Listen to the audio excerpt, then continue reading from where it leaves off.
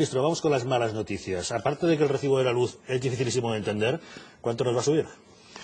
Bueno, esto va a depender mucho, pues en fin, la subasta fue ayer, la subasta subió un 3%, por tanto la incidencia de la subasta es la mitad, un 50%, pues quiere decir un 1,5%. Pero dicho esto, también quisiera recordar que en el último trimestre bajó un 6%, porque la subasta había bajado un 13%. Lo que ocurre es que, efectivamente, como usted dice, todo lo que tiene que ver con el sector de la electricidad pues es muy difícil, en apariencia al menos, de entender.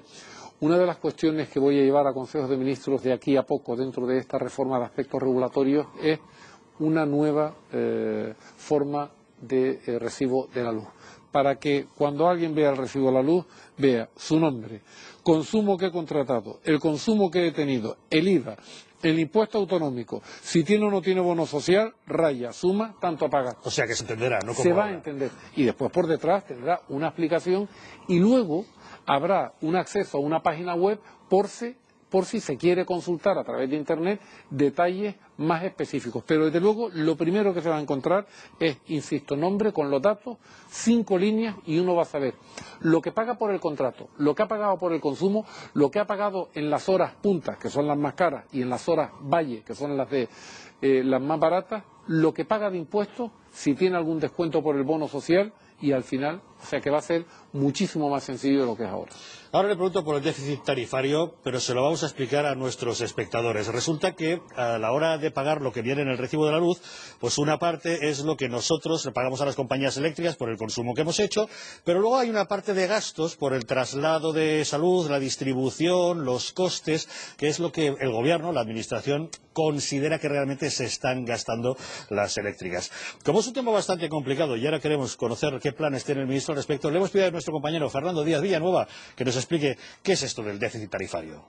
El déficit tarifario es la diferencia que hay entre el coste de la electricidad y el precio de la electricidad. El coste de la electricidad es lo que cuesta generarla en las centrales eléctricas, más el transporte, transportarla hasta las ciudades y distribuirla en las mismas, ¿no?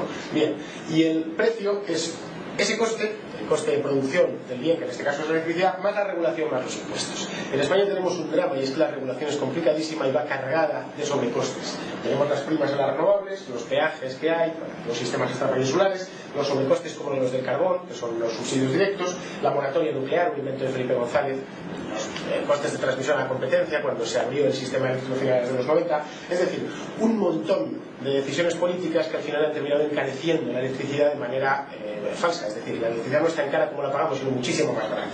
Bien, para no repercutir esto directamente en nuestro recibo, lo que decidió el gobierno es que una parte se titulizase en forma de deuda y se colocase en el mercado de deuda internacional. Bien, esa deuda que tenemos es de 28.000 millones de euros, es decir, más o menos un poco más del agujero que nos dejó aquí. Es la explicación de nuestro experto. ¿Qué podemos hacer para acabar con ese déficit tarifario? Bueno, tal como se acaba de explicar, en efecto, cada vez que pagamos un recibo de la luz estamos pagando lo que cuesta generarla. Esto es normal, parece que todos debemos pagar por lo que cuestan las cosas.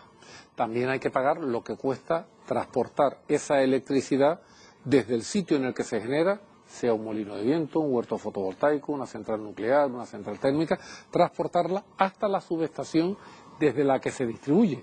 Eso también parece obvio. Es un peaje, no forma parte del coste de generación, pero es un peaje que hay que pagar. Y también parece lógico que paguemos la distribución, es decir, desde esa subestación hasta tu casa o la empresa. Todo eso parece lógico.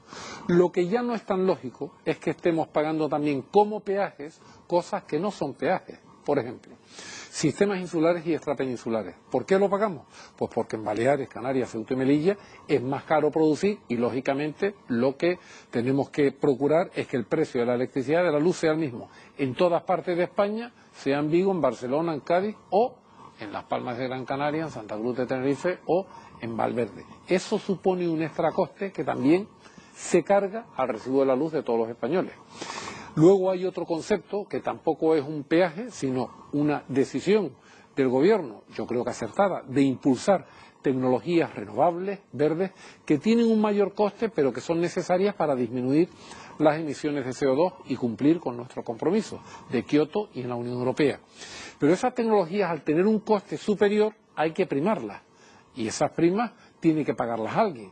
Pues el componente de esas primas también es otro coste. Y luego hay otra serie de conceptos que también, pero que no tienen nada que ver con la generación, como está viendo, ni con el transporte ni la distribución, pero las estamos pagando. Pero eso tiene que saber los ciudadanos.